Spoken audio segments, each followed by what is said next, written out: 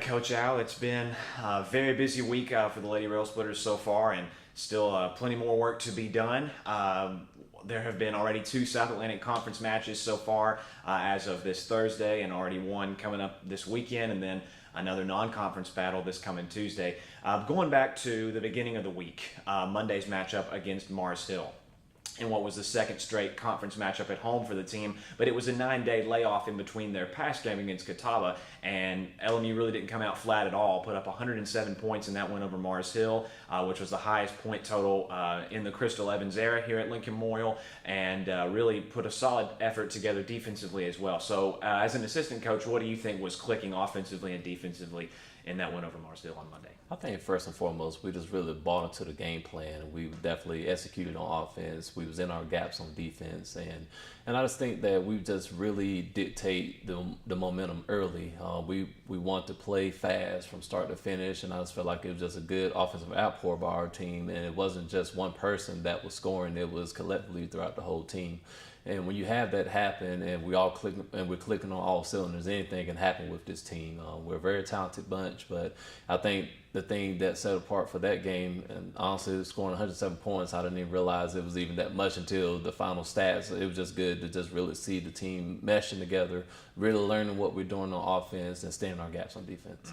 And then there really was very little time to celebrate the victory, if you will, because then you had to turn around 48 hours later and take on Wingate right here in Tex Turner, a nationally ranked Wingate squad, and a team that LMU was very familiar with last season, having met them 4 times, and a lot has changed since that point.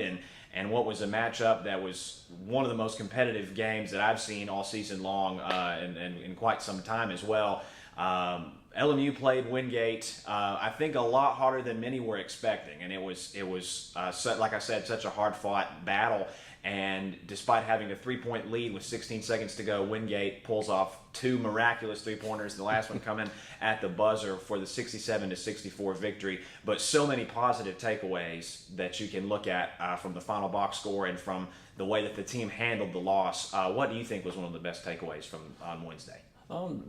The best thing about Wednesday was, of course, you want to win every game. That's what we're here for. But I think one of the best takeaways we can really take from this is the fact that we competed for 40 minutes.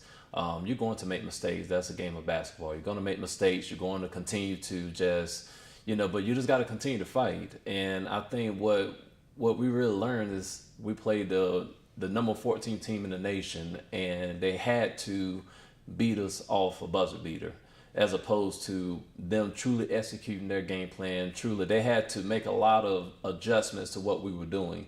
And I think, too little too late. Yes, we had a couple mental lapses down the stretch, but that's one of those where I know it comes from just growing, and it comes from just, we have a lot of freshmen right now, and they don't have an opportunity to be freshmen right now. They're playing a lot of minutes. They don't have opportunity to just really look and analyze the game. They got to go in and play.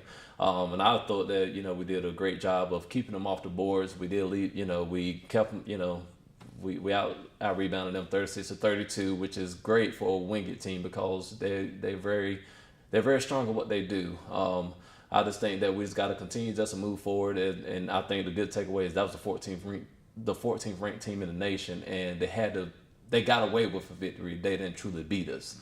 And so I just think that we just got to just now, we know where we are. We know where we stand. I feel like, some losses, they say sometimes a good loss. And I think now it's going to truly propel our team to take it to another level, what we want to do, because we still have a lot of basketball left. And I just think that, the sky's still the limit for this team. It's just a matter of them just taking it one step at a time now. And you mentioned that game against Wingate being, no loss is a good loss, but if you want, as mentally being a good loss, because you mentioned that they had to, beat us at the buzzer for that victory, that hopefully will say a lot for the team going forward, for their motivation levels and for, their confidence starting to build. You mentioned that they're a younger team, and that has to develop here as in the early portions of the season. And if you look at the team's overall record, every loss that LMU has suffered has been very, very close. And they're in all of their losses until the final buzzer sounds. So that really, and like you said, it's just a matter now of just trying to finish those games because the potential is most certainly there. Yeah, and it is. And the thing is, we we practice, so much on communication and just making sure that we're very detailed. I mean, that's not a given. I mean, it is a given. I'm sorry, but we just gotta just take what we're learning in practice and just truly transfer it in the game, which we're doing, and that sometimes takes a while. But in the same token, it's good to just see people stepping up that sometimes you don't expect. Like right now we've had 4 freshmen that have stepped up in one of our ball games this year, and we saw valuable time and minutes from them, which is in some cases some freshmen can't see the court right now in the conference. And so we really have that luxury, right now, that we have 18 kids that can truly buy in, and we have a bench we can go to. And, even yesterday we had, 32 to 11 as far as bench points. We outscored them. So that's, if you think about it, that's half our bench scoring those 64 points that we scored yesterday, which is huge. And we have to, just utilize that, down the stretch. We're still midway through the season, not quite midway through the season, but, we do have some pivotal matchups, like you said, that's going to be coming up pretty soon. And we just got to just take care of business for 40 minutes for that day. And once we do that, I think that we're going to see the second half of the season is going to be, tremendous. And that'll start this coming weekend with another quick turnaround, this time going on the road to face off against Newberry this Saturday, and then back to Texas Turner on Tuesday to take on another nationally ranked foe in Southern Indiana, and obviously taking it one game at a time with that matchup against Newberry. And you mentioned all the things that we don't need to be worked on here, just with these 2 full days of practice coming up before heading over to Newberry. And so what can we expect in that matchup over the weekend against the Wolves? I mean, we expect it's going to be a grind out performance, I think, on both teams. I just think that's going to come down to just who wants it more. Newberry is a very detail-oriented team. I think they're probably one of the best detail-oriented teams in the conference. They're very disciplined in what they do. They're very well coached. And regardless of the record, what it looks like right now, that's still a very, very good team. And I just think, for us, we just got to just take care of the basketball. We just got to continue to trust what we do, stick with the game plan.